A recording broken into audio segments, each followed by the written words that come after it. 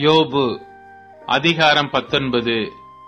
யோபு பிரதியுத்தரமாக, நீங்கள் எந்த மட்டும் என் ஆத்துமாவை வருத்தப்படுத்தி வார்த்தைகளினால் என்னை நொறுக்குவீர்கள்? இப்போது 10 தரம் என்னை நிந்தித்தீர்கள். நீங்கள் எனக்கு கடின முகம் காண்பிக்கிறதினால் உங்களுக்கு வெட்கமில்லை. நான் தப்பி நடந்தது மெய்யானாலும் என் தப்பிதம் என்னோடேதான் இருக்கிறது. நீங்கள் எனக்கு விரோதமாக பெருமை பாராட்டி எனக்கு நிந்தையாக என்னை கடிந்து கொள்ள வேண்டும் என்றிருப்பீர்களாகில், தேவன் என்னை கவிழ்த்து தம்முடைய வலையை என்மேல் வீசினார் என்று அறியுங்கள். இதோ கொடுமை என்று கூப்பிடுகிறேன், கேட்பார் ஒருவரும் இல்லை. கூக்குரலிடுகிறேன், நியாய விசாரணை இல்லை. நான் கடந்து போக கூடாதபடிக்கு அவர் என் பாதையை வேலியடைத்து என் வழிகளை இருளாக்கி விட்டார். என்னிலிருந்த என் மகிமையை அவர் உரிந்து கொண்டு என் சிரசின் கிரீடத்தை எடுத்து போட்டார். அவர் என்னை 4 புறத்திலும் நாசமாக்கினார். நான் அற்றுப் போகிறேன். என் நம்பிக்கையை ஒரு செடியைப் போல பிடுங்கி போட்டார். அவர் தமது கோபத்தை என்மேல் எரிய பண்ணினார். என்னை தம்முடைய சத்துருக்களில் ஒருவனாக எண்ணிக்கொள்ளுகிறார். அவருடைய தண்டு படைகள் ஏகமாய் வந்து எனக்கு விரோதமாய் தங்கள் வழியை உயர்த்தி என் கூடாரத்தை சுற்றி பாளையமிறங்கினார்கள். என் சகோதரரை என்னை விட்டு தூரப்படுத்தினார். எனக்கு அறிமுகமானவர்கள் எனக்கு அந்நியராய் போனார்கள். என் பந்து ஜனங்கள் விலகி போனார்கள். என் சிநேகிதர் என்னை மறந்துவிட்டார்கள். என் வீட்டு ஜனங்களும் என் வேலைக்காரிகளும் என்னை அந்நியனாக எண்ணுகிறார்கள். அவர்கள் பார்வைக்கு நான் பரதேசியானேன்.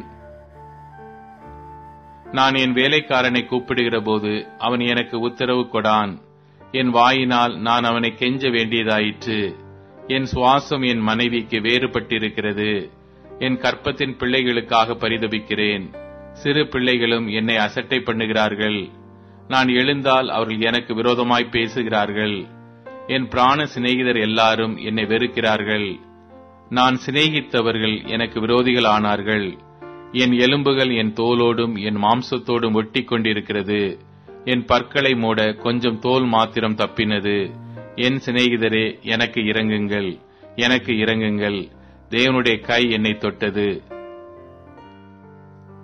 தேவனைப் போல நீங்களும் என்னை துன்பப்படுத்துவானேன்?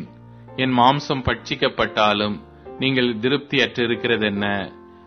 நான் இப்பொழுது சொல்லும் வார்த்தைகள் எழுதப்பட்டால் நலமாயிருக்கும். அவைகள் ஒரு புஸ்தகத்தில் வரையப்பட்டு அல்லது என்றைக்கும் நிலைக்க அவைகள் கருங்கல்லிலே உளி வெட்டாகவும் ஈய எழுத்தாகவும் பதிந்தால் நலமாயிருக்கும்.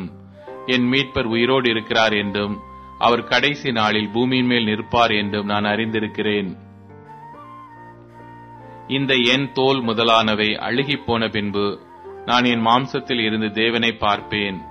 அவரை நானே பார்ப்பேன், அந்நிய கண்கள் அல்ல. என் கண்களே அவரை காணும். இந்த வாஞ்சையால் என் உள்ளீந்திரியங்கள் எனக்குள் சோர்ந்து போகிறது.